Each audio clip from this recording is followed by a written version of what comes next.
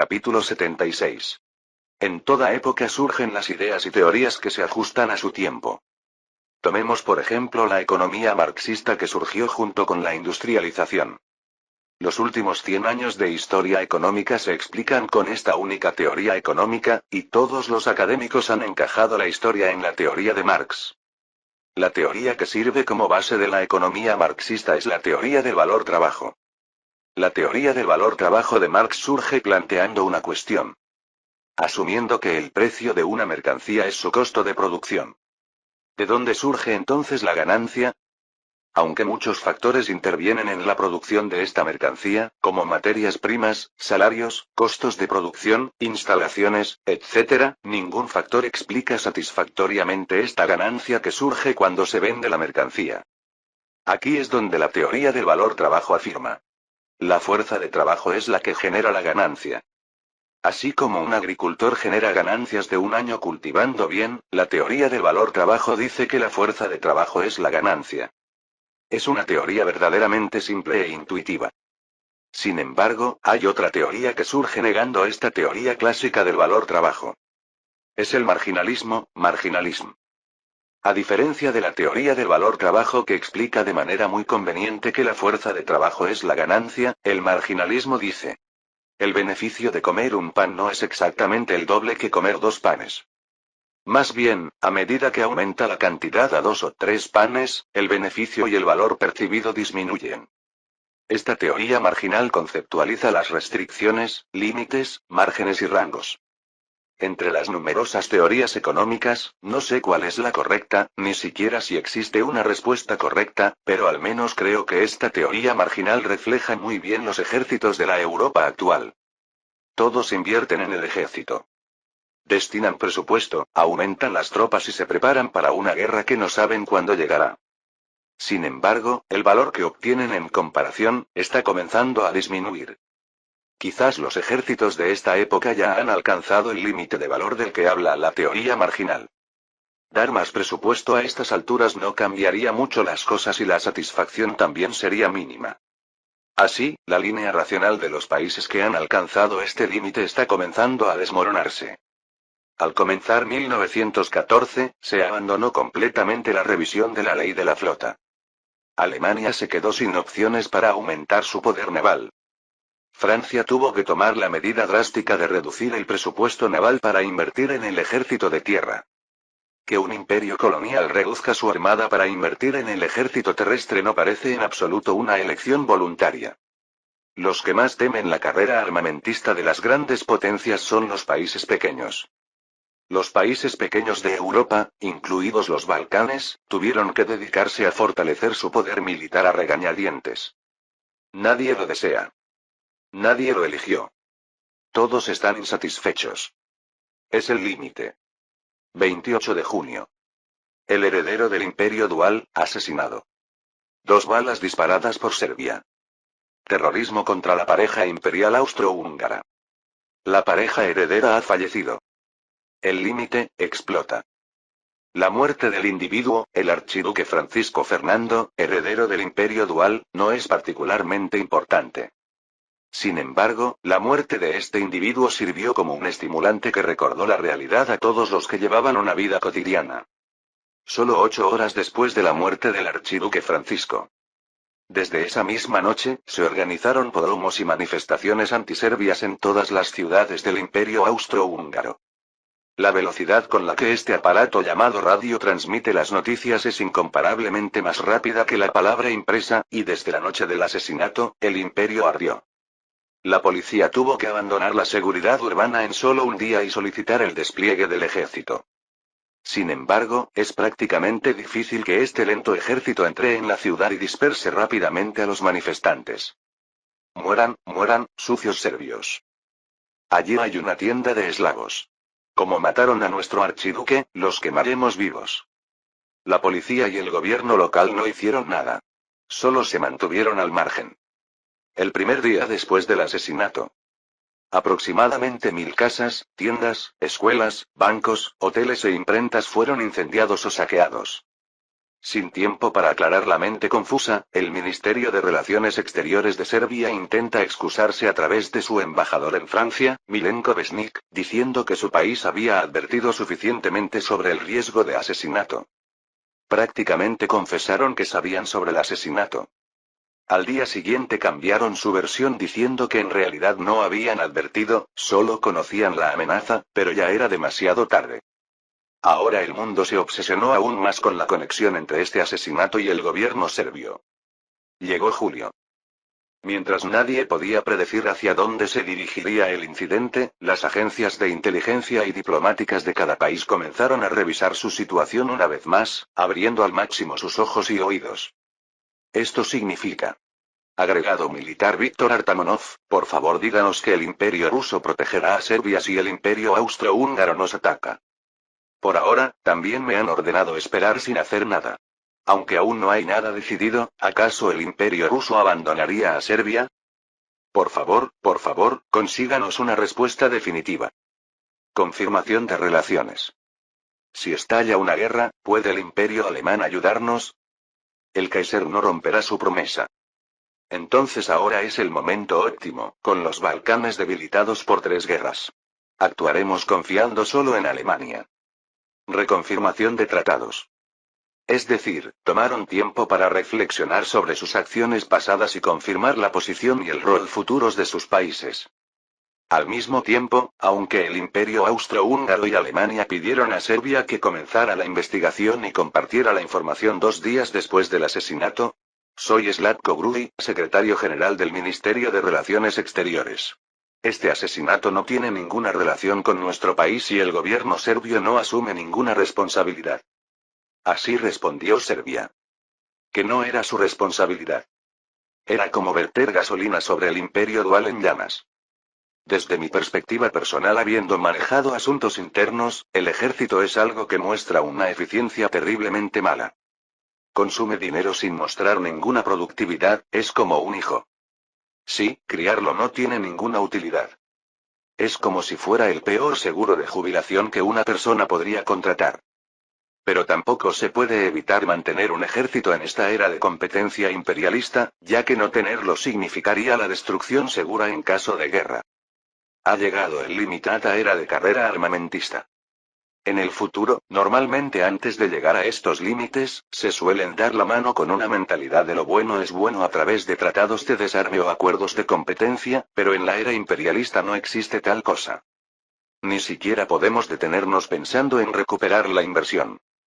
Aunque esto no es diferente a autolesionarse para cobrar un seguro de accidentes, si el mundo funcionara con inteligencia y consenso, eso sería una utopía, no el mundo humano.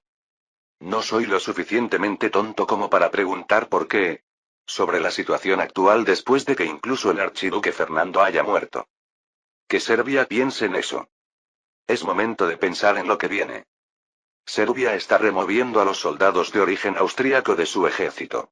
Parece que están respondiendo a la amenaza de guerra. El Imperio dual ha transferido el control al ejército. Parece que todas las ciudades principales y fronteras han pasado a manos militares. Los diplomáticos residentes en cada país envían informes constantemente, pero no se ve una dirección específica. Por ahora, parece que debemos esperar el anuncio oficial de la Casa Imperial del Imperio Dual.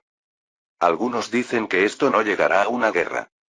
Incluso ahora, los acorazados británicos permanecen en el canal Kaiser Wilhelm con la excusa de una regata amistosa.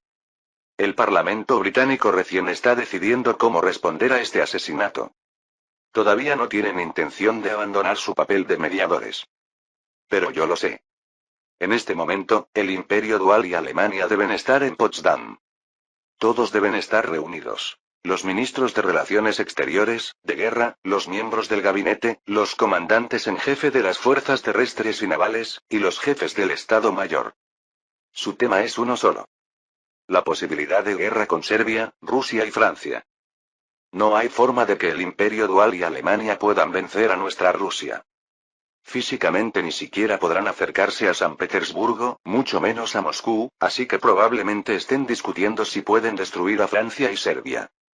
Cuando Serbia se resista fuertemente, Inglaterra se prepare para mediar y Francia eleve las tensiones fronterizas por inercia como siempre. Significa que esos dos países están realmente preparándose para la guerra. Y lo mismo nos ocurría a nosotros. ¿Es la primera vez que el gabinete se reúne junto con el Estado Mayor General desde su creación? Sí, lo es. El gabinete de Kokopsov, una mezcla de la Duma y burócratas, y el Estado Mayor General que comanda las fuerzas terrestres y navales, se reunieron en un mismo lugar. Lo que quiero plantear aquí no es la posibilidad de guerra. Se estima que el movimiento de cada distrito militar tomará unas 5 semanas. Incluso esto parece difícil para todos los distritos. Sería prácticamente imposible reclutar reservistas y desplegarlos al inicio de la guerra. Realísticamente, solo el movimiento de tropas ya sobrecargará el ferrocarril. Antes movilizábamos las tropas después de declarar amablemente la movilización oficial, pero ahora no hay nada de eso. De todos modos, considero que la guerra comenzó desde el momento en que el gobierno del Imperio Dual transfirió el control al ejército. Aunque todavía había algunos en esta reunión que dudaban sobre la posibilidad de guerra, nadie se atrevía a expresar esos pensamientos. El plan Schlieffen que Alemania sacó para una guerra corta. El plan Brusilov, nuestro plan de imitación que creamos al ver el plan Schlieffen. Sé bien que este plan tiene varios puntos débiles. Primero, como no somos Alemania, no podemos enviar tropas al frente en poco tiempo. Es decir, no podemos implementar la superioridad numérica de la noche a la mañana. Segundo, no podemos estar seguros de que Alemania se moverá según el plan Schlieffen original, y aunque el plan Schlieffen sea el mismo, el Imperio Dual podría dedicarse a defender el frente oriental en lugar de atacar Serbia. Por último, incluso si Alemania va al frente occidental y el Imperio Austrohúngaro al frente balcánico, no sabemos si el ejército ruso podrá conquistar y defender Polonia en solo 42 días. Por lo tanto, si un tercero viera el plan actual de Rusia, no lo vería como un plan de guerra meticuloso sino como una apuesta con apalancamiento. Y esto era igual internamente. Incluso Kuropatkin, que una vez se movió como un loco por el interior, mostró cierta reticencia esta vez. Majestad, aunque el imperio tiene 38 divisiones de caballería, la caballería no es algo que se pueda completar con reclutas. Como se demostró suficientemente en la guerra ruso-japonesa, las debilidades de esta rama son su débil poder de combate. Es cierto, además, el Departamento de Inteligencia todavía no ha obtenido información definitiva sobre los planes de guerra alemanes. Si Alemania y el Imperio Austrohúngaro se dedican completamente a la defensa oriental, nuestras pérdidas iniciales serían tremendas. Preocupaciones que surgían cautelosamente. Naturalmente, eran argumentos razonables que merecían asentimiento y sus afirmaciones no estaban equivocadas en absoluto. Pero ¿y si este poderoso imperio solo tiene una oportunidad? ¿Y si de los 1566 días de guerra, el único período en que podríamos ganar unilateralmente es de apenas 50 días? Aunque tampoco estoy 100% seguro de que la historia no haya cambiado, esto no es cuestión de elección. Es algo que debemos hacer sin condiciones. Sé bien lo que todos quieren decir. Pero no he preparado esta jugada audaz cegado por los beneficios. ¿Qué tal si esperamos un poco? De cualquier manera, Serbia está equivocada y parece mejor guiarlos hacia un tratado de nivel razonable. General, eso sería un problema cuando hay opción de elegir. Supongamos que tengo razón. Ellos eligen la guerra y realmente se nos presenta la oportunidad de una ofensiva inicial. ¿Va usted a estar entonces movilizando tropas de los distritos militares por ferrocarril y reclutando? Como dicen ellos, debemos prepararnos aunque sea por si acaso. ¿Por qué la Rusia de la historia original no pudo avanzar ni un paso en la Prusia Oriental? ¿No fue precisamente por esperar ese maldito movimiento de tropas? No podemos desperdiciar 35 días en movimiento de tropas de un período que ni siquiera llega a 50 días. Para empezar, el plan Schlieffen mismo fue creado asumiendo la débil capacidad administrativa de Rusia y el sistema militar ruso característicamente disperso por todo el país debido al sistema de distritos militares. En realidad, es cierto. Por lo tanto, la única forma de romper el plan Schlieffen es moverse con anticipación. Aunque era difícil obtener información debido al estricto control interno del Imperio Austrohúngaro y Alemania, no era difícil captar la información que se filtraba desde el exterior. El 13 de julio, el embajador alemán en Rusia, Pourtales, informó a su país que el sistema de servicio obligatorio de 3 años de Francia era debido a la presión de Rusia. Esta información fue suficiente para dar a Alemania la señal de que Rusia y Francia ya estaban contemplando la guerra. Mientras tanto, habíamos completado la primera etapa de las tres: preparación, movilización parcial y movilización total, y estábamos comenzando el trabajo preparatorio para la segunda etapa. El 23 de julio, llegó el ultimátum a Serbia. Cuando llegó el ultimátum, el primer ministro serbio estaba de viaje y regresó urgentemente, mientras que el presidente francés Raymond Poincaré estaba visitando Rusia. Realmente nadie pensaba que estallaría la guerra. Para responder al ultimátum del Imperio Austrohúngaro, el 24 emitimos la orden de preparación para la movilización. En realidad, era solo un anuncio oficial de algo que había terminado decenas de días antes. Hasta aquí, era una medida de movilización para mostrar algo que se había anunciado 39 veces en Europa desde el inicio del siglo XX. Todos lo pensaban así. Pero el 28 de julio. Viena, Austria. El gobierno real austríaco no ha recibido una respuesta satisfactoria a través del embajador del Imperio Austrohúngaro en Belgrado. Para lograr este objetivo, cada país debe confiar en las armas y la fuerza. En conclusión, el gobierno del Imperio Austrohúngaro notifica que ha entrado en estado de guerra con el Reino de Serbia. El Imperio Dual realmente había declarado la guerra. Capítulo 77. Llegó un telegrama de Willy.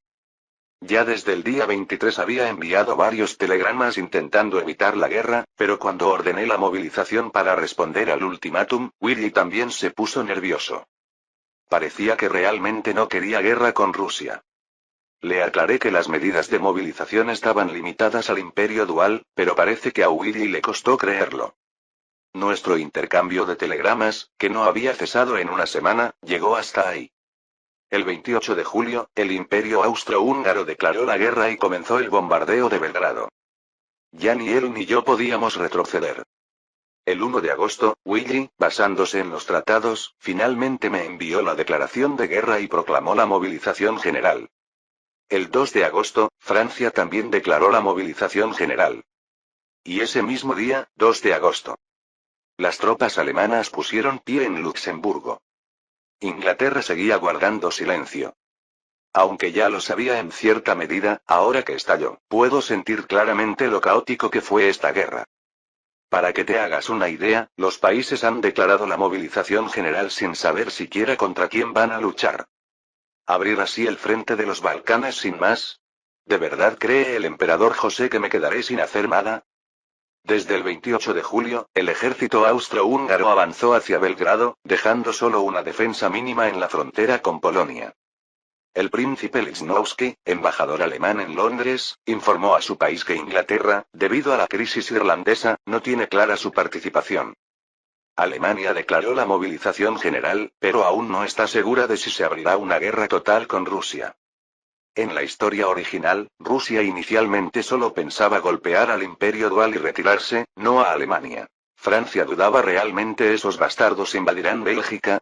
Y Bélgica creía que nadie la tocaría si declaraba su neutralidad.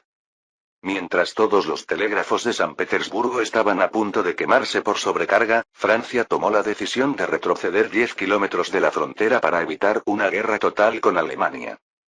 Estos idiotas aún no han entrado en razón.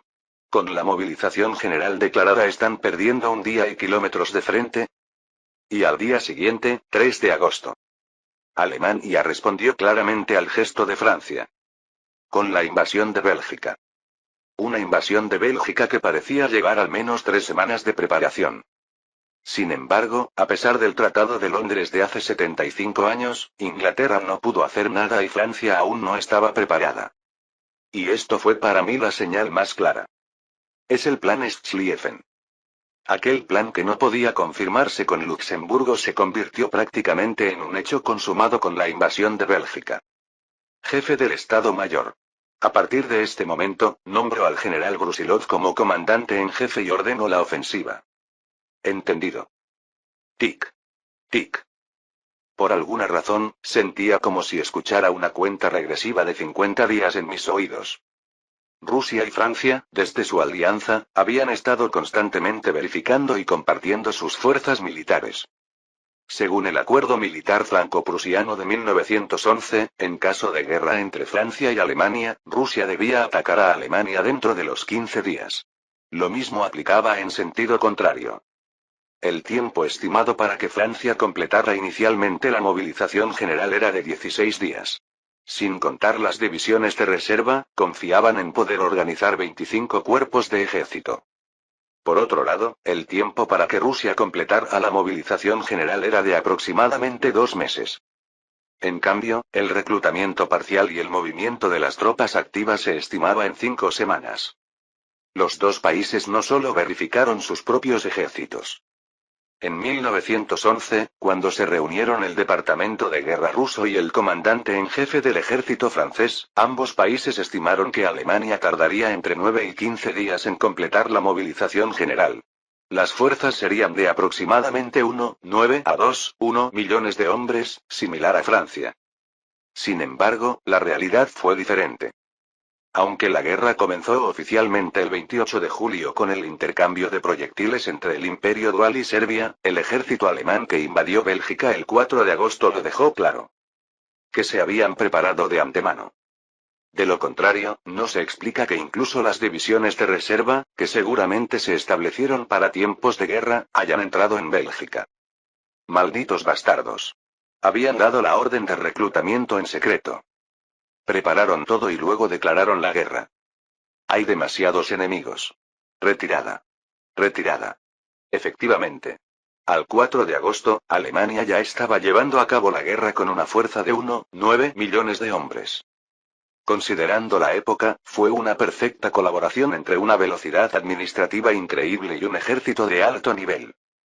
Teniendo en cuenta que el Imperio Dual tenía 450.000 hombres, Francia 1,29 millones, aunque aún en reclutamiento y sin poder enviarlos al frente, Bélgica 186.000 y Serbia 190.000, el poder que Alemania mostró desde el inicio de la guerra era necesariamente abrumador. Inglaterra.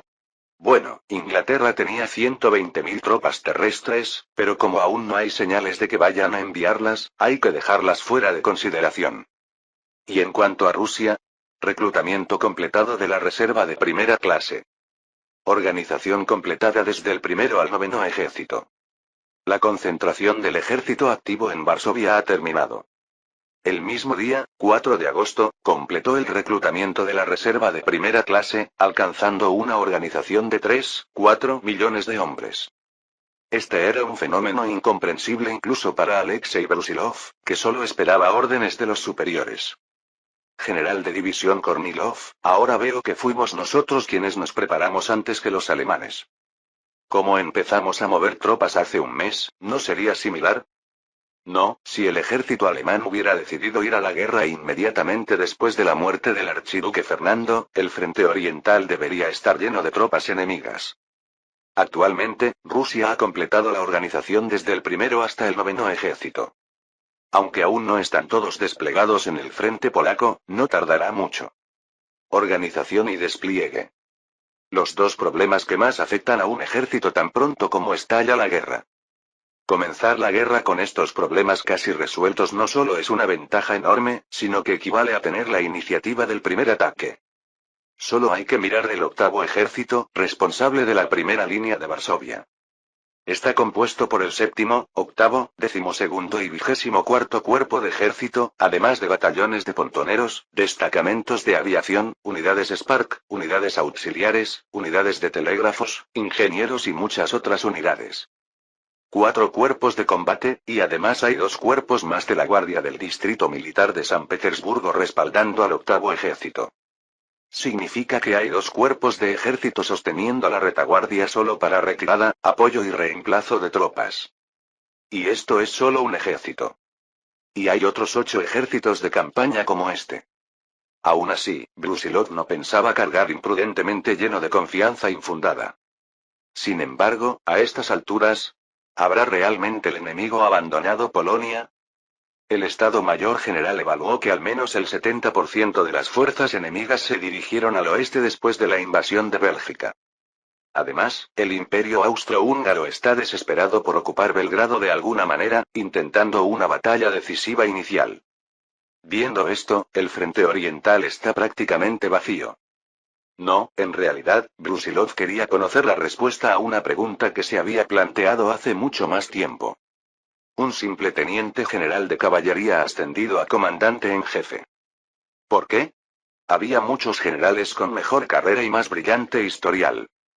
¿De verdad no había nadie entre más de 10 generales de infantería digno de ocupar el puesto de comandante en jefe ofensivo? Imposible. Sin el apoyo del Estado Mayor General, este puesto debería haber ido normalmente a otro. Debería haber venido el general Ivanov o el general Alexeev, que conocen perfectamente la geografía de Polonia. Podría haber venido el general Alexander Samsonov, considerado el modelo de soldado, o el general Kellogg, que dirigió excelentemente durante la guerra ruso-japonesa. Al final, solo hay una razón que Brusilov puede adivinar. General Sergei Dukovsky. Sí. Debe considerar que este héroe de guerra fue quien lo puso en este puesto. Un viejo general retirado que elevó a un simple comandante de cuerpo a comandante en jefe en pocos años. ¿Hasta dónde ha previsto usted? La única orden del zar era la ocupación de Polonia. El enemigo tarda apenas 5 días en mover tropas del oeste al este por ferrocarril. Por lo tanto, para ocupar Polonia en el tiempo dado y no ser empujados por las principales fuerzas alemanas que regresen, la ofensiva inicial debe realizarse rápidamente, lo cual es imposible sin caballería. Y entre los generales del ejército actuales, se podía decir que nadie era tan destacado en caballería como el propio Brusilov. En ese sentido, este plan ofensivo es una batalla que él dedica al general Sergei Dukovsky, su gran superior en caballería que lo planeó todo. Kornilov, ¿se ha confirmado quién es el comandante en jefe enemigo? Aún no se ha confirmado, pero hay rumores de que el general Paul von Hindenburg, que se había retirado, viene al este. Es una figura que llegó a ser candidato a jefe del Estado Mayor General. Debe tener cuidado. A medida que cada día más tropas alemanas se vertían sobre Bélgica, ¿podría un simple oficial militar superar esta enorme diferencia de fuerzas? Ya se habían reunido el primero, cuarto y octavo ejército en Prusia Oriental. 3 grupos de ejércitos. Si no puedo ganar ni siquiera con esto, tendré que suicidarme aunque solo sea por vergüenza ante el general Dukovsky. Tiene confianza. Aunque ocupar Polonia es importante, primero debemos tomar Danzig para poder recibir suministros de la capital o bloquear el mar enemigo. En ese caso, está claro hacia dónde hay que dirigirse primero. Kornilov, dirige el cuerpo de caballería hacia este lugar. Es donde pasa el ferrocarril alemán. ¿El nombre del lugar? Antes de que Kornilov pudiera leer el nombre en alemán marcado en pequeño, Brusilov lo leyó por él. Tannenberg. Este fue su primer punto de ofensiva.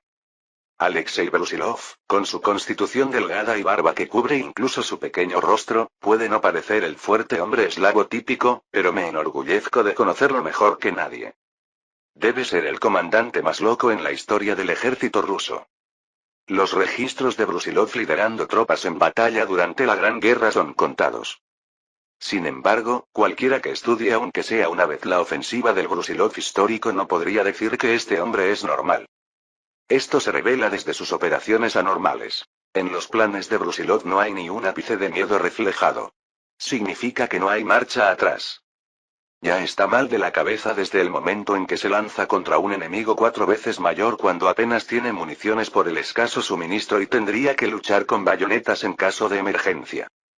En la historia original, Brusilov comenzó a actuar ignorando las recomendaciones del alto mando ruso y la situación estratégica desde la primavera de 1915. Pensaba que todos sus superiores eran idiotas y que no se respetaba el juicio del campo de batalla. Así que simplemente acumuló logros militares abandonando zonas a voluntad o contraatacando. Y su actuación en solitario alcanzó su clímax en el verano de 1916. Fue durante la batalla que posteriormente se conocería como la ofensiva Brusilov, y en la época como la ruptura de Lutsk. Dirigió a 500.000 débiles soldados rusos contra 2 millones de fuerzas combinadas alemanas y austrohúngaras, y borró a 1,9 millones enemigos del frente. Cuando el 95% de las fuerzas son pérdidas, significa que fueron derrotados luchando sin poder ni siquiera huir. ¿Cómo fue esto físicamente posible? La respuesta estaba en el plan de operaciones enloquecido de Brusilov. Brusilov dividió sus ya escasas fuerzas en 4 partes y ordenó a cada una atravesar hacia áreas específicas. Naturalmente, esto dispersó al ejército ruso en 4 partes, pero sorprendentemente, todos lograron atravesar y el enemigo no pudo devorar al ejército ruso disperso. Visto en un mapa, era como una colonia de hormigas descuartizando y devorando a un elefante gigante en 4 pedazos. Por supuesto, el ejército de Brusilov también fue aniquilado con cerca del 80% de bajas. Además, debido a las comunicaciones deficientes y los frecuentes enfrentamientos, hubo desaparecidos por miles. Sin embargo, con una sola ofensiva, Brusilov cambió el curso no solo del frente oriental, sino también del frente de los Balcanes y del frente occidental.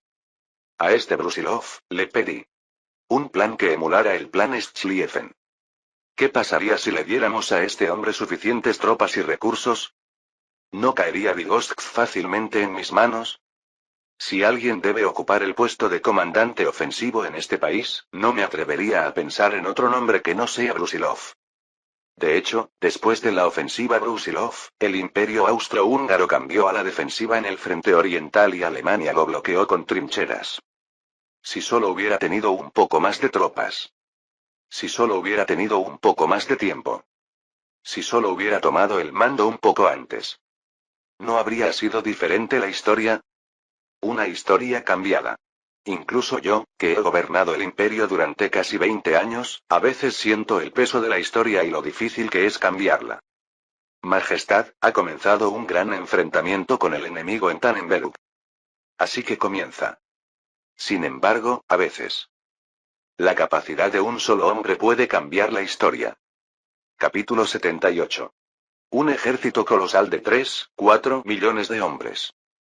Si alguien preguntara por qué no avanzar hasta Berlín o Viena ahora que el enemigo está distraído en otros frentes, la respuesta sería clara. No somos Alemania. No podemos apostarlo todo de una vez.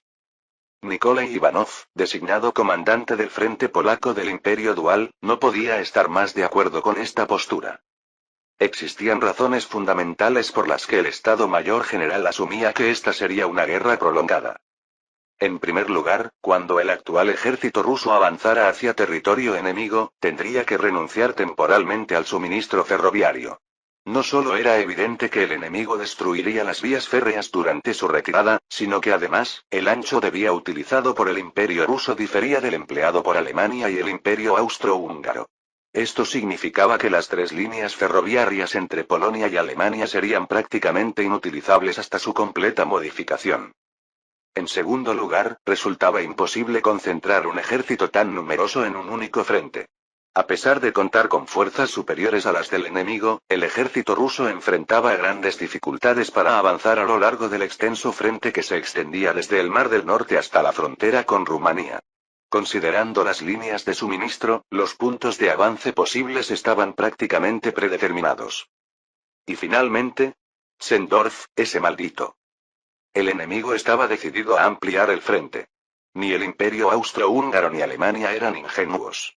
Sus ejércitos no eran más débiles ni menos astutos que el ruso. Simplemente habían adoptado una postura defensiva mientras concentraban sus fuerzas en otro lugar. Konrad von Sendorf, comandante en jefe del imperio austrohúngaro, lo comprendía perfectamente. Consciente del número de tropas rusas, expandía metódicamente el frente en una postura puramente defensiva. 150 millas. Una frontera del imperio dual que se extendía por aproximadamente 280 kilómetros. No se trataba de vencer. Se trataba de resistir. Como una polilla que se ralentiza al quedar atrapada en una telaraña, en algún momento se detendrán aunque logren penetrar. Sendorf aguardaba pacientemente el momento. El día en que las tropas alemanas, que estaban masacrando a Bélgica, llegaran al este. El instante en que el frente oriental pasara de defensiva a ofensiva. Si esas tropas alemanas contraatacan cuando hayamos penetrado profundamente, las pérdidas serían incalculables.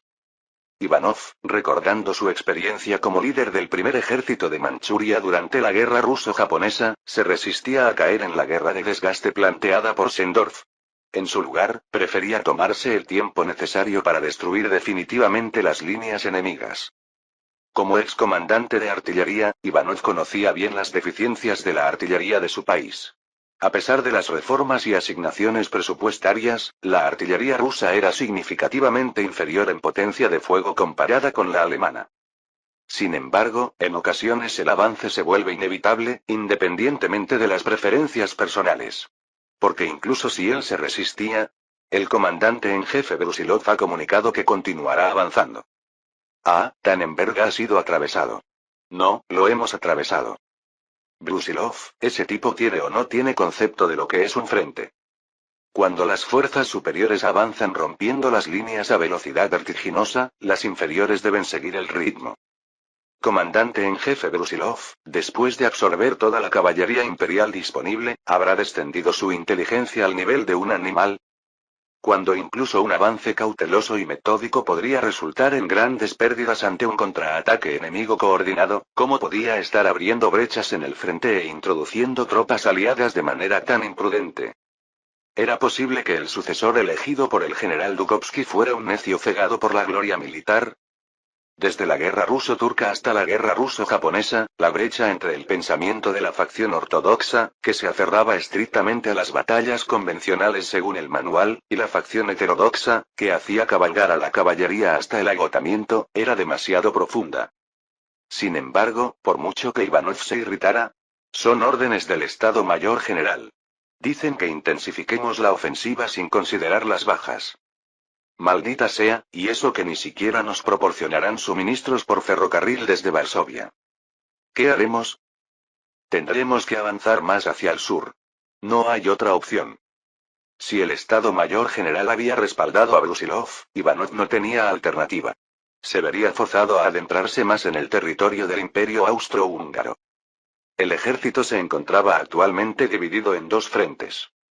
Un contingente avanzaba hacia la Polonia del territorio alemán.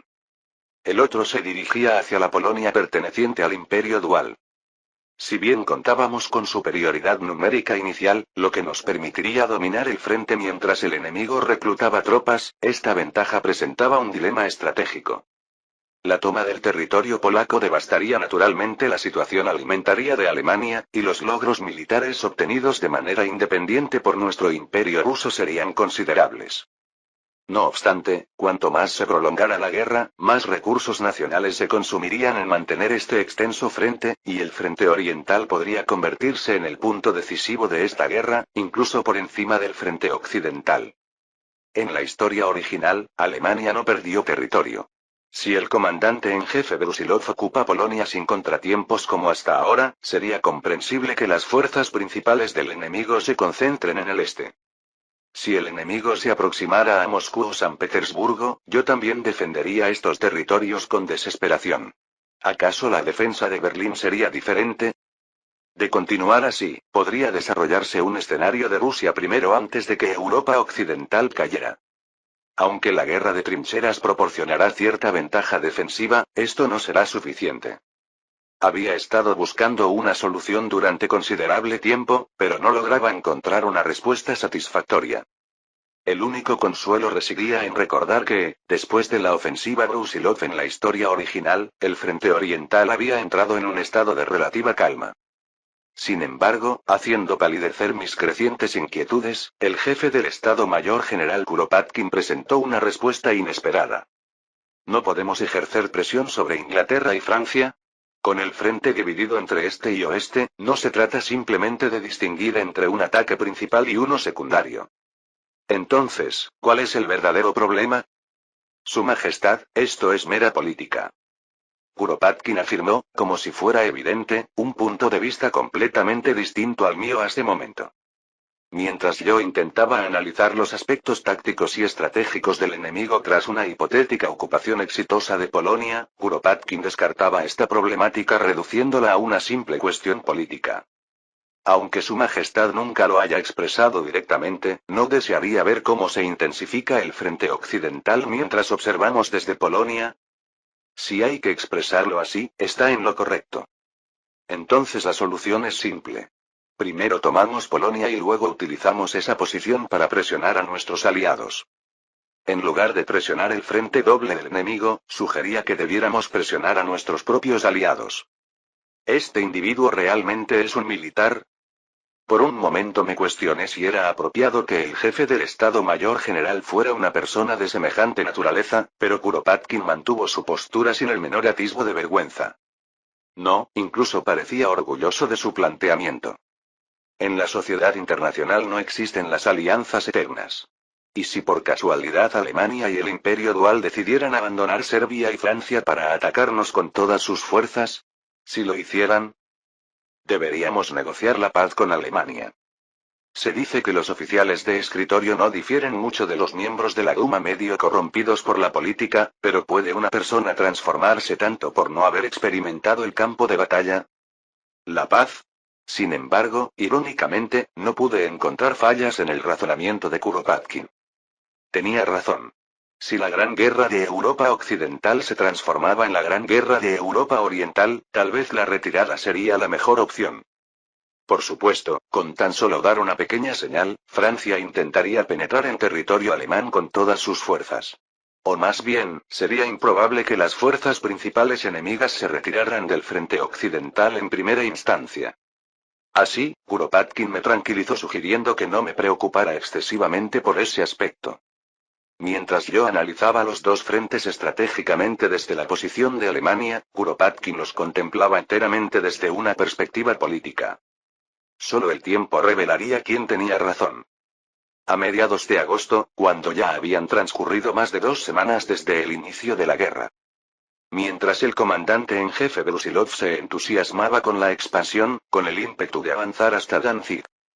En el frente occidental, la batalla fronteriza entre Francia y Alemania alcanzaba su punto álgido. El enfrentamiento se prolongó durante aproximadamente 10 días, del 14 al 24 de agosto. ¿No nos proporcionó Bélgica tiempo suficiente? ¡Qué decepcionante! La frontera francesa había sido atravesada. Afirman que el enemigo intenta ocupar París para evitar una guerra en 2 frentes. La organización de la Fuerza Expedicionaria Británica, BEF, sufre retrasos. Las tropas británicas que han desembarcado en Francia apenas superan los 30.000 efectivos. Francia solicita que ejerzamos presión hacia Berlín a través de Polonia. Parece que continuarán retrocediendo. Por alguna razón, era un día en que comenzaba a considerar que Kuropatkin podría estar en lo correcto. El estrecho está cerrado.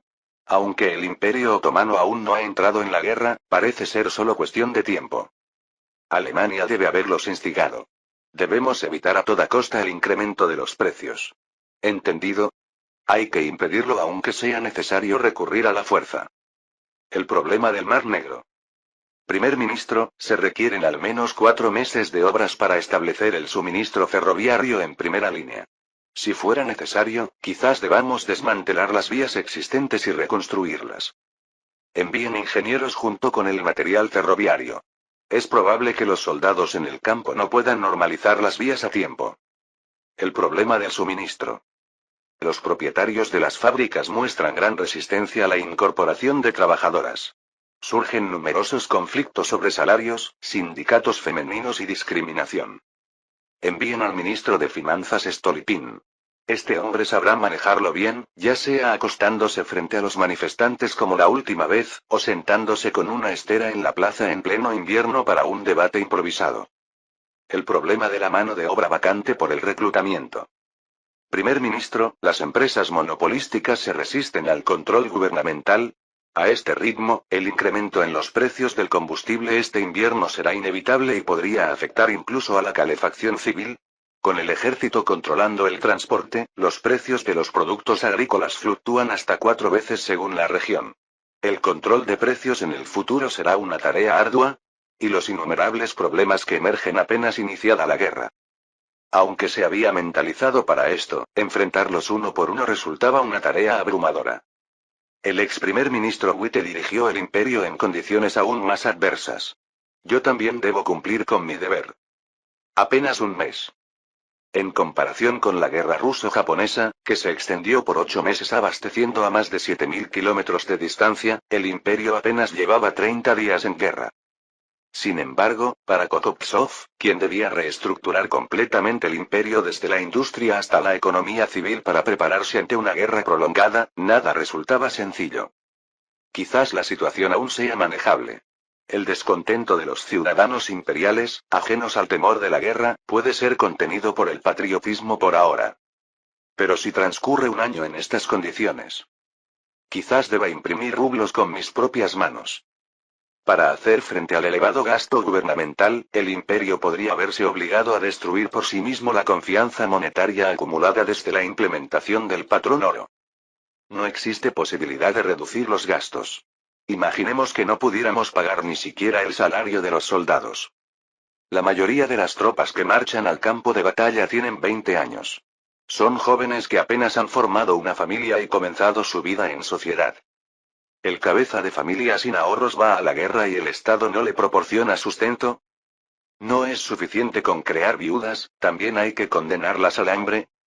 ¿Que allá en el frente Francia está conteniendo a los alemanes y los alemanes están conteniendo a los rusos? El nivel de vida descendiendo sin siquiera haber implementado la economía de racionamiento, los precios escalando, la inflación intensificándose, los costos logísticos disparándose recientemente, la producción de alimentos desplomándose, los bienes de consumo escaseando. Estas eran todas las situaciones que Kokopsov debía contener. Aunque las balas no perforen tu cuerpo, aunque no te desplomes sangrando en el acto. Para un burócrata, en ocasiones unos simples números en un documento pueden resultar más aterradores que un cuchillo frente a sus ojos. Como era previsible, con el inicio de la guerra los fondos de inversión extranjera se retiran como la marea, y ya todo el imperio padece una severa restricción crediticia. Aquí también hay que inyectar impuestos para evitar el colapso de una estructura mayor. Aunque hasta ahora vamos ganando la guerra. Aunque los periódicos ensalcen diariamente el valor del ejército imperial. Al menos Inglaterra y Francia disponen de reservas monetarias y puertos para importar bienes del exterior. En contraste, Kokopsov se sentía impotente, con las manos y los pies atados. Los puertos estratégicos del Mar Negro, Rostov del Don y Odessa, están condenados si los abandonamos a su suerte. El monopolio ferroviario del ejército también se tornará insostenible a partir de septiembre. Aunque temporalmente les hemos cedido por completo los ferrocarriles, estos constituyen las arterias del imperio.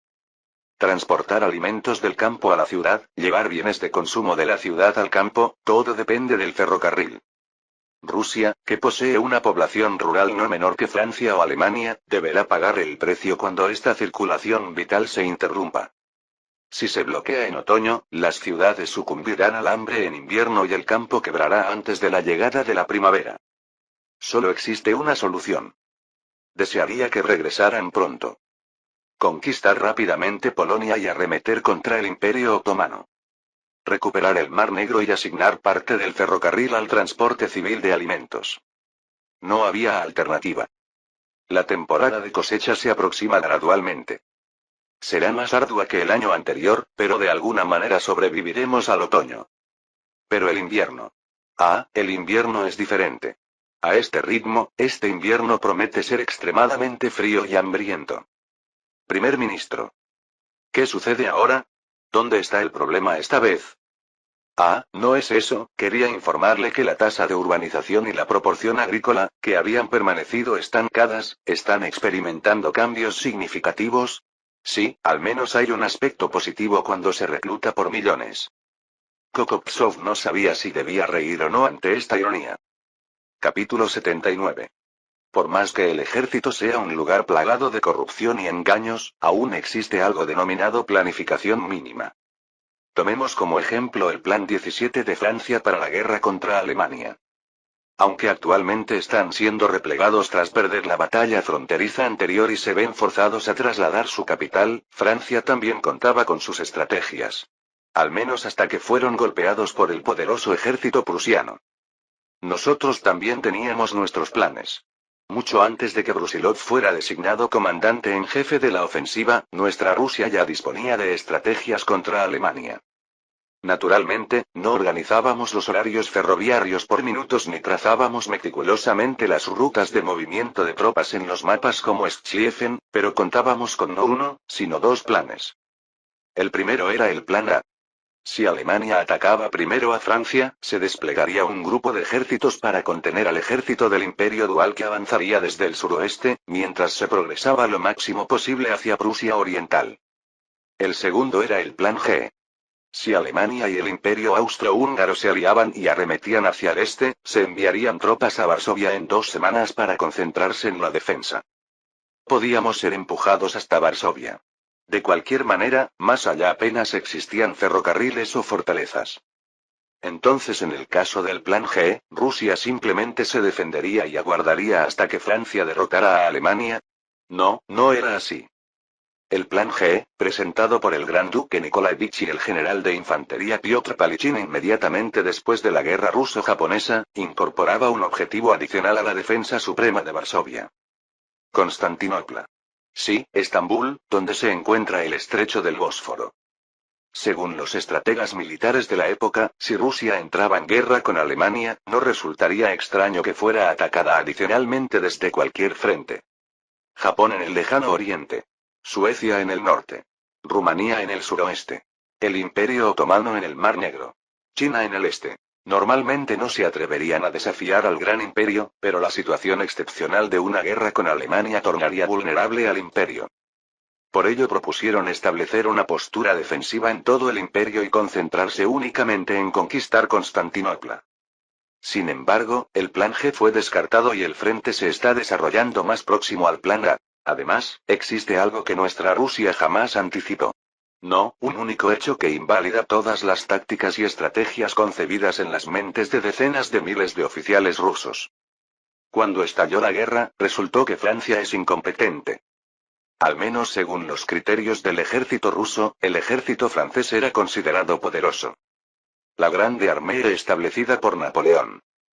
Un ejército aliado que unificó numerosas naciones como Francia, Polonia, Austria, Italia, Baviera, Sajonia y Suiza, y conquistó el continente europeo. El prestigio de esa Grande Armée era tal que incluso después de un siglo, el ejército ruso se enorgullecía de ser el único que logró detenerla en su apogeo. Aunque esto también podría considerarse historia antigua, al menos hasta antes de la guerra ruso-japonesa, la diferencia cualitativa entre los ejércitos francés y ruso ni siquiera era comparable. ¿Y estos descendientes de Napoleón, estos que afirman haber heredado esa Grande Armée? Después de ganar tiempo sacrificando un país vecino, cedieron su frontera, entregaron la zona industrial del norte y ahora parece que abandonarán hasta su capital. Parece que entregarán todo excepto la zona agrícola del sur de Francia. General Kuropatkin, ¿cuántas bajas ha sufrido Francia? No es una cifra exacta, pero se estima un mínimo de 450.000. En un mes de guerra, un cuarto de sus tropas han sido aniquiladas. ¿Y el ejército británico? Anunciaron que enviarían 4 cuerpos de la BEF, para nosotros, ni siquiera equivale a 2 cuerpos. Nuestra división cuenta con 16 batallones. Una división alemana posee 12 batallones. Y una división de estos británicos obsesionados con la marina equivale, en números, a 6 de nuestros batallones. ¿6? ¿En serio 6? No, ni siquiera constituye una estructura divisional apropiada. En infantería, cuando se agrupan 2 unidades de nivel batallón, se considera un regimiento. Cuando se agrupan esos regimientos, los denominan división o cuerpo. Entonces, ¿qué representa ese cuerpo que proclaman estos isleños? Seleccionaron algunos comandantes de regimientos de línea y brigadas de fusileros para promoverlos a comandantes de división y cuerpo. No estarán familiarizados ni con la estructura de cuerpo, ni siquiera con la de división. Para empezar, son individuos que denominan ejército a las milicias locales y voluntarios civiles, así que su organización debe ser caótica. El comando a nivel de cuerpo, es decir, lo que para nosotros equivaldría al rango de teniente general, es un concepto ajeno para ellos. Actualmente los rangos y posiciones del ejército británico no coinciden. Para empezar, carece de sentido que un simple coronel se convierta en general de brigada y dirija una división de la noche a la mañana por el estallido de la guerra. Tengo entendido que así como Kuropatkin implementó reformas militares aquí, el ejército británico también experimentó una transformación considerable con las denominadas reformas Haldane desde 1907. Pero si ese es el resultado, Francia tendrá que detener al ejército alemán por sí misma. Debemos considerar que no es realista esperar que Inglaterra organice una fuerza expedicionaria y salve a Francia en tan poco tiempo. Francia debe vencer a Alemania sola, sin ayuda externa. Si acaso pierden París. En ese momento, no importará Polonia ni nada más. Los británicos dijeron que podrían enviar fácilmente 700.000 efectivos, pero cuando realmente organizaron la LEF, apenas llegaron a 150.000. Incluso el general Kitchener, ministro de Guerra británico a cargo de organizar la fuerza expedicionaria, se opuso a enviar los 150.000 completos. Para septiembre, Francia apenas había contraatacado. Finalmente permitieron que el enemigo avanzara hasta 40 kilómetros de París, una distancia que el ejército alemán podría cubrir en 1 o 2 días. A estas alturas, de nuestro lado tampoco podíamos quedarnos callados. Aunque sea prematuro hablar de negociaciones de paz, quizás debamos prepararnos para el caso de que Francia se rinda. El ministro Sazonov tiene razón. Francia es un estado extremadamente centralizado. París es Francia. Si pierden París, se rendirán al final, como en la última guerra. El traslado de la capital ya está decidido. Según el Ministerio de Relaciones Exteriores, hay filas de refugiados y el gobernador Gallieni está preparando la resistencia final en París. Los burócratas no estaban equivocados. Francia es el país más centralizado de Europa. No importa cuán desarrolladas estén las comunas locales, nunca podrán reemplazar a París. Política, administración, transporte, economía, población. Francia es controlada por una sola ciudad. Si cae París, necesitaremos reevaluar a Francia como potencia militar. Esto no es algo que yo pueda cambiar haciendo algo, ni algo que el ejército ruso pueda prevenir luchando más arduamente. Quizás quienes mejor entendían ese ambiente eran los embajadores francés y británico residentes en Rusia. Zar. Francia nunca abandonará París. Si hace que el comandante en jefe Brusilov presione un poco más hacia Berlín, podremos empujar el frente hasta la frontera en un instante. La organización de la BEF está casi completa. 700.000, no, 1.000.000 de efectivos para el próximo año. El ministro de Guerra Kitchener lo ha prometido por su honor. Confíe en nosotros. Incluso desde su perspectiva, el frente occidental había sido brutalmente aplastado. Y no solo aplastado. La batalla de Saint-Quentin, la única vez que lograron detener significativamente el avance enemigo en decenas de enfrentamientos. Sin embargo, al examinar los detalles, es evidente que Francia sufrió una derrota abrumadora en términos de bajas. Aunque ellos también saben que Rusia aún no está en posición de abandonar a Francia e Inglaterra. ¿El ejército alemán era tan fuerte? ¿En crisis de perder la capital en apenas un mes? ¿Nuestro orgulloso grande armée solo llega a este nivel? Los resultados de los últimos 30 días de combate son demasiado impactantes como para confiar ciegamente en los aliados. Después de despedir a los embajadores que intentaban mostrar confianza, revisé la situación hasta ahora. En el frente occidental, cada batalla cobra fácilmente 200.000 o 300.000 vidas. Dondequiera que choquen ambos ejércitos, luchan hasta que la sangre forma ríos. Si solo con rozarse hay miles de bajas como en Rossignol o Le Cateau, es fácil imaginar qué infierno se desataría cuando decenas de divisiones se enfrenten deliberadamente. En comparación, nuestro frente oriental todavía parece bastante estable. Empujamos al enemigo fácilmente en los lagos Masurianos y en Tannenberg el enemigo no mostró mucha resistencia. El general Ivanov está empujando exitosamente a Schindorf del Imperio Austrohúngaro en toda Galitzia con 4 ejércitos de campo. Aunque allí también los enfrentamientos se vuelven más intensos cada día, las pérdidas parecen manejables. Todavía no existe en el mundo un ejército que utilice comunicaciones inalámbricas hasta el nivel de batallón. Como mucho, solo los cuarteles generales de ciertas áreas usan radio para comunicarse con la retaguardia. Por eso, durante el avance, todos tienden cables mientras avanzan, un método usado tanto por alemanes como rusos. Es decir, no habrá casos de ser empujados repentinamente por el enemigo por falta de comunicación como en la historia original. Si la situación actual se convierte en una línea de trincheras, el 70% del territorio de la antigua mancomunidad de Polonia-Lituania será nuestro. Aunque quisiera avanzar un poco más forzando las cosas, ya estamos al límite. No estamos ganando porque tengamos tácticas milagrosas o un ejército abrumadoramente fuerte. Solo algo de preparación y la fuerza de los números. Aparte de eso, todo es promedio o incluso inferior. Sobre todo, si avanzamos más desde aquí. A medida que nos acercamos a Praga y Berlín, la capacidad de suministro del enemigo aumenta exponencialmente. Por otro lado, no será fácil suministrar hasta la primera línea a través de Moscú-Minsk-Varsovia. Soy plenamente consciente de ello. Hasta Danzig está bien. Pero en el momento en que crucemos Vygotsk, solo aumentará el riesgo de ser atrapados por la contramarcha del enemigo.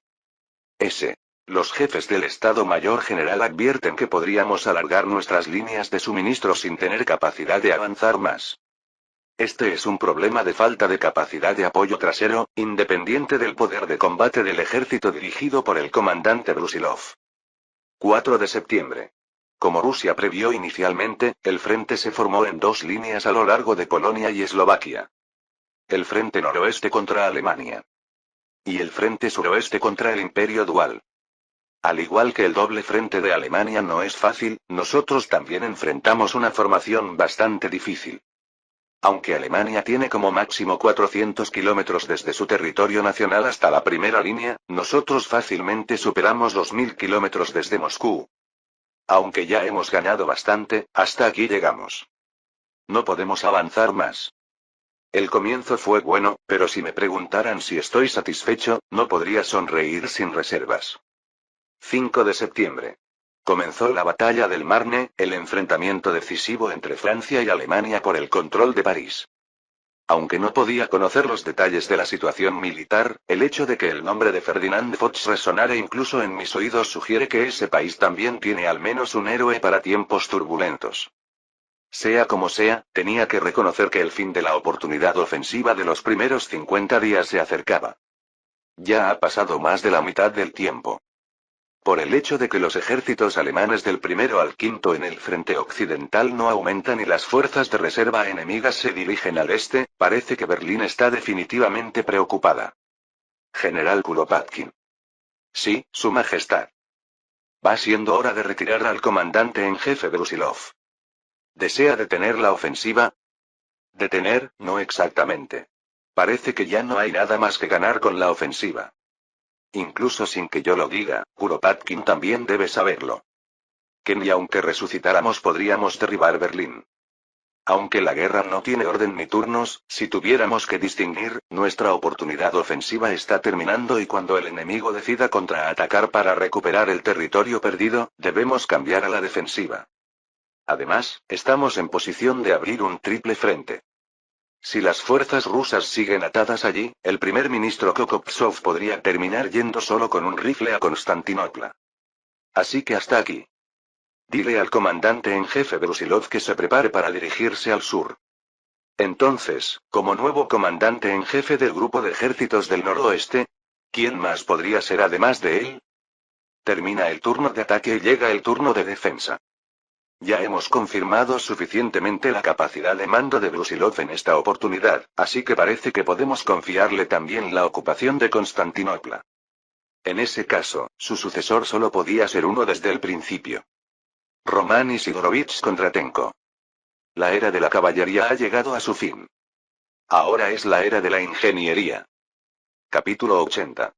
La guerra comenzó cuando las bombas cayeron sobre Belgrado el 28 de julio. Tanto el país que disparó como el que recibió los proyectiles arrastraron a sus aliados a la guerra, y estos a su vez arrastraron a otros países. Una trampa de hormigas del desierto se había abierto en Europa. Había llegado el momento en que las naciones europeas debían hacer una elección que determinaría su destino. Y el 3 de agosto, en una reunión de emergencia del Consejo Real en Rumanía, Carol I declaró: debemos apoyar al emperador Guillermo II. Es lo honorable y nuestro destino predestinado. Entonces, por primera vez, Carol I reveló ante el Consejo y sus súbditos un enorme secreto que había estado guardando. Un tratado secreto que había firmado con Alemania décadas atrás. Absolutamente no. Durante la última guerra de los Balcanes, pudimos obtener territorio de Bulgaria solo porque Rusia hizo la vista gorda, no porque fuéramos una gran potencia. Exacto. Ni el emperador José ni el emperador Guillermo pueden protegernos de Rusia. Debe considerar la opinión pública. El pueblo apoya abrumadoramente a Francia. Contrario a la declaración audaz de Carol I, todos se opusieron rotundamente. Sabían que su rey era de origen alemán, pero nunca imaginaron que habría ocultado semejante tratado secreto. Dejando de lado la sensación de traición y conmoción, era terrible solo imaginar el precio que tendrían que pagar si Rusia se enteraba de esto. Especialmente cuando el primer ministro Bratianu insistió firmemente en no romper la paz lograda por el Tratado de Bucarest, incluso para un rey era difícil movilizar tropas contra la oposición unánime. Como resultado, por el momento neutralidad. Rumanía tomó la decisión de no elegir ningún bando. Pasó un mes. Durante ese tiempo, la salud de Carol I comenzó a deteriorarse rápidamente, y el príncipe Víctor, quien había estado aprendiendo gradualmente los asuntos de Estado, se estaba convirtiendo cada vez más en un regente completo. Mientras se anticipaban cambios dramáticos de poder en Rumanía debido a los problemas de salud de Carol I. Sabíamos que Rusia era fuerte, pero tanto así. Casi 40 divisiones de caballería.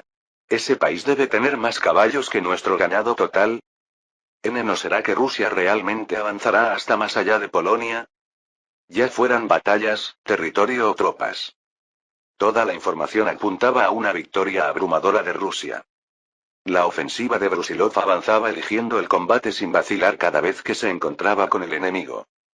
¿Qué pasará si Rusia toma represalias mientras seguimos siendo espectadores? El rey está postrado en cama y su juicio está nublado. El príncipe Víctor ha mostrado una postura pro-británica, será diferente. La salud de Carol I ya estaba en sus últimos días. Por otro lado, el príncipe Víctor gobernaba perfectamente como regente y había mantenido buenas relaciones con Francia, Rusia y Gran Bretaña. Aunque el poder de Carol I, quien había gobernado el reino excelentemente durante 48 años, seguía siendo sólido y todos lo respetaban. Rusia eventualmente avanzará hacia el sur. No se quedarán de brazos cruzados mientras el Mar Negro está bloqueado. La presión que llega al Ministerio de Asuntos Exteriores no es normal. Podría ser mejor actuar voluntariamente ahora que movernos más tarde bajo coerción. Príncipe, por favor tome una decisión. Esta vez, todos los súbditos no tuvieron más remedio que apelar al futuro rey, el príncipe Víctor. 11 de septiembre. Cuando Francia libró una batalla milagrosa en el Marne y finalmente defendió París, la tendencia a unirse a la Entente se hizo aún más fuerte en el reino. El zar del imperio de 150 millones seguramente está al acecho. El zar sangriento, el que llevó a cabo esa gran purga. Incluso sin la venganza de Rusia, ¿no es correcto unirse a la Entente ahora que Francia ha comenzado su contraataque? Rumanía había observado más claramente que cualquier otro país balcánico cómo la caballería de Brusilov dominaba constantemente al enemigo mientras atravesaba Polonia. El espectáculo del gran ejército de Ivanov derrotando al enemigo incluso dentro del territorio del Imperio Dual. Después de observar todo esto durante el último mes, ¿qué idiota diría como Rusia está ganando? Podemos obtener más botín si nos unimos a las potencias centrales como una apuesta arriesgada. Eso solo podría venir de un cortesano corrupto que intentaba desesperadamente obtener poder cortejando a Carol I, quien ya estaba postrado en cama. Ni siquiera el jugador más temerario del mundo. No se apuesta contra la corriente en una guerra. Y viendo la situación bélica hasta ahora, la apuesta segura para Rumanía era Rusia. Aunque no se sabía cómo iban las cosas en Europa Occidental, al menos así era aquí en Europa Oriental. Ante estas demandas de sus súbditos, el príncipe Víctor dio un paso atrás. Por mucho que sea regente, el rey no permitirá romper la neutralidad. Por ahora, mantienen firmemente la neutralidad y se desentienden. Sí, si el ejército alemán se retira, la situación podría cambiar de nuevo. Incluso Rusia no puede quejarse todavía de nuestra neutralidad. El reino de Rumanía mantenía este curioso equilibrio. Carol I pro-alemán, el pueblo pro-francés, y entre ellos, los súbditos y el regente neutrales. Mientras tanto, otro viento de cambio llegó a los frentes occidental y oriental. Por primera vez desde el inicio de la guerra, el ejército alemán se retiró del frente occidental debido a la gran contraofensiva de las fuerzas aliadas franco-británicas bajo el mando de Joseph Joffre y el excelente desempeño del noveno ejército de Ferdinand Foch. Alemania reconoció rápidamente el fracaso del plan Schlieffen y se apresuró a mantener el frente para evitar contraataques, mientras simultáneamente desviaba tropas hacia el este. Las fuerzas aliadas franco-británicas intentando contraatacar. El ejército alemán tratando de impedirlo. El ejército alemán retirándose para normalizar el frente oriental. El ejército ruso intentando evitarlo. Como cartas volteándose rápidamente en las manos de un croupier de casino, las relaciones militares en los frentes oriental y occidental se invirtieron de golpe. ¿Y estos cambios?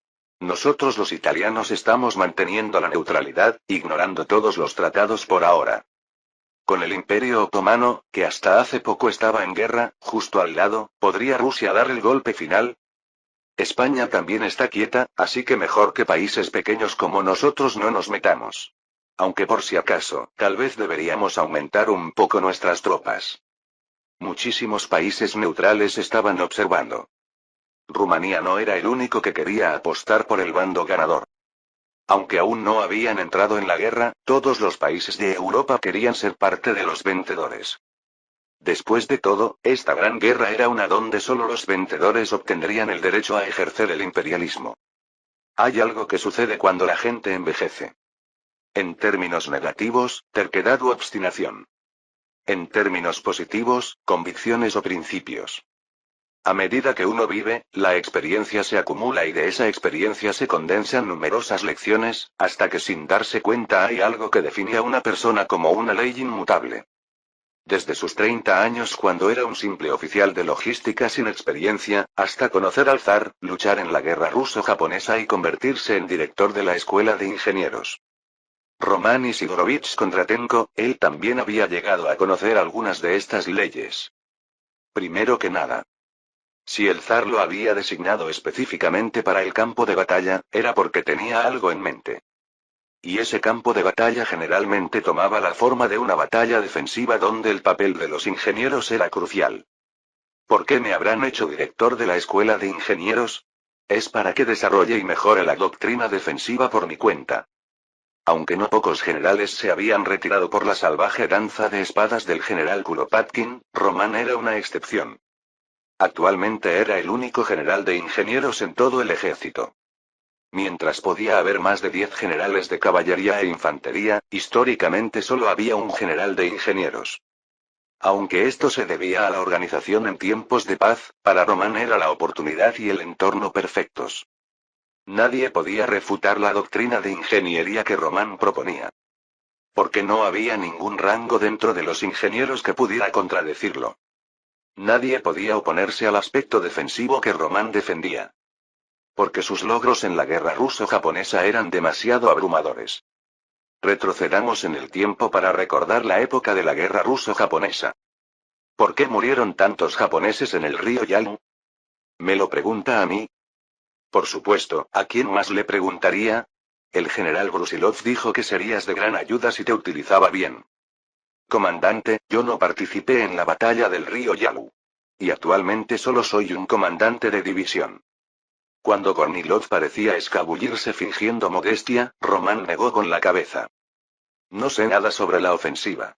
No, como alguien que ha pasado toda su vida cavando tierra y apilando piedras, no sé tomar decisiones audaces como el general Brusilov. A pesar de decir esto, el rostro de Román no mostraba ni un atisbo de vergüenza. Aún así, hasta ahora no hay ningún comandante en este país que haya matado más enemigos que yo. Curiosamente, el enemigo siempre viene hacia donde estoy yo. Así que podría decirse que no necesito ir a buscarlos. Oh, es así. Veo que también fuiste jefe de Estado Mayor de la Primera Brigada de Infantería durante la guerra ruso-japonesa. Entonces responde a mi pregunta. ¿Por qué fueron tan grandes las bajas de esos monos isleños en el río Yalu? Acercándose un paso y agarrándole el hombro para que no pudiera escapar, Kornilov se vio obligado a responder. No sería porque el terreno montañoso dificultaba los flanqueos, así que intentaron atravesar la línea romana asumiendo las bajas. Algo incompleto. Te doy 50 puntos. Solo entonces soltó el hombro, y Kornilov se frotó deliberadamente donde la mano de Román lo había tocado mientras esperaba una explicación adicional. En ese momento, el enemigo tenía un tiempo límite para lanzar su ofensiva. El invierno, cuando el caudal del río Yalu era bajo y estaba congelado facilitando el cruce, y el puerto de Vladivostok estaba congelado. Los gastos de guerra que no podían sostener tras fracasar en la venta de bonos. Las órdenes del cuartel general exigiendo constantemente avanzar desde la retaguardia. No hubo momento en que los comandantes enemigos no sintieran la presión del tiempo, desde el río Yalu hasta la fortaleza de Lusun. Y quisieron comprar ese tiempo con sangre. Sí, estaban dispuestos a asumirlo. Pero, ¿cuál fue el resultado? Al final, su imprudencia los hizo retroceder con una sola maniobra en terreno llano. ¿Hay un límite de tiempo también en este enorme frente? Vaya, ¿no viste esos vastos campos mientras avanzabas hasta aquí? Los campos que se tornan dorados en agosto se extienden por toda la fértil Polonia. Por eso el 15 de agosto celebran la Asunción de la Virgen en toda Polonia central y meridional, y el 23 de septiembre, en el equinoccio de otoño, se celebra el Festival de la Cosecha Docinki y festivales nacionales. Y en esta Asunción, los polacos estaban demasiado ocupados huyendo. Abandonaron todos los granos y vastas extensiones de tierra seguían brillando doradas sin cosechar. Comida. Sí, el general Kuropatkin dijo que si solo defendemos esto, ellos morirán de hambre. Actualmente en el Imperio ruso, aunque hay variaciones por región, los precios de los alimentos están generalmente en descenso. Ya llevaban bajando durante la última década, y ahora con las exportaciones cortadas, la caída se ha vuelto más pronunciada. ¿Y Alemania? ¿Cómo estará ese país que ha perdido estas fértiles tierras polacas? El límite de tiempo ya ha comenzado. O morirán de hambre, o vendrán corriendo hacia mí. Hay una razón por la que el zar ordenó el avance sobre Polonia tan pronto como estalló la guerra. Si hubiera habido unas semanas de diferencia, quizás hubieran cosechado todos los campos polacos. Pero incluso ahora, estos campos crean un espectáculo magnífico meciéndose con el viento. Ah, ¿no da hambre solo de verlo? General Kornilov. Comandante, todavía soy coronel. General de división. Ahora eres general de división. Normalmente cuando estalla una guerra, los rangos suben fácilmente. Sería extraño que no ascendiera el rango de un comandante de división que ha estado al frente rechazando al enemigo en la ofensiva. General de división a los 44 años, podría compararse conmigo, bueno, no tanto, pero aún así es rápido. En fin, general. Ah, sí. Kornilov, momentáneamente distraído por el agradable sonido de general, se esforzó por mantener la compostura. El enemigo vendrá. Probablemente nos enfrentaremos en 2 semanas. Desafortunadamente, ahora no tenemos ni tiempo ni recursos para construir fortalezas. Entonces, ¿qué debemos hacer? Dado que hemos tenido un mes de marchas forzadas, deberíamos aprovechar esta oportunidad para reorganizarnos, descansar y prepararnos para responder al enemigo. Insuficiente. Así fue también durante la guerra ruso-japonesa. Ante el terrorífico poder de fuego, los humanos se vuelven increíblemente vulnerables y caen solo con un roce de bala. Las armas con mayor alcance ahora también comienzan a matar al enemigo desde lugares invisibles. Como la artillería que se escondía detrás de la línea defensiva del río Yalu. La tierra, verás, siempre nos da respuestas que desconocemos. En el frente occidental, tras la batalla del Marne, los ejércitos francés y alemán se extienden hacia el Mar del Norte como líneas paralelas. ¿Por qué no pueden atravesar al enemigo y solo estiran el frente lateralmente? El enemigo se acerca. Probablemente han planeado un contraataque tan feroz como la ofensiva del comandante en jefe Brusilov. Hasta el momento de su asignación aquí, Román no había recibido ninguna información de inteligencia significativa de la Ojrana. Sin información sobre el enemigo, y con la condición de que no podían retroceder de aquí. Necesitaban una fortaleza. Una que cubriera este enorme frente. La fortaleza más fácil de construir. Esa es la trinchera. Desde la guerra de Crimea en 1853, cuando se usaban trincheras para evitar los proyectiles enemigos, su efectividad había quedado demostrada en Rusia. Incluso el ejército japonés que intentaba tomar la fortaleza de Lusun se acercó cavando trincheras gradualmente. De hecho, por esto perdieron parte de la fortaleza. No sé quién es el comandante enemigo ni qué métodos usará. Por eso me esconderé en la fortaleza y esperaré. Román, el único general de ingenieros del imperio. Ordenó tomar palas en lugar de rifles. Entonces vendrán a mí por su cuenta. Si el enemigo intenta flanquear, ya te lo dije. De todos modos, el enemigo viene corriendo hacia él. Esto era prácticamente una ley inmutable en su vida. Una fortaleza que no se puede flanquear. Eso es una trinchera. ¿Acaso la fortaleza del Usun no superó los 40 kilómetros? Ah, esta vez podrían empezar cavando unos 400 kilómetros de tierra. Entonces ellos también tendrán que venir corriendo inevitablemente. Justo como en la fortaleza del Usun. Fin del capítulo 80.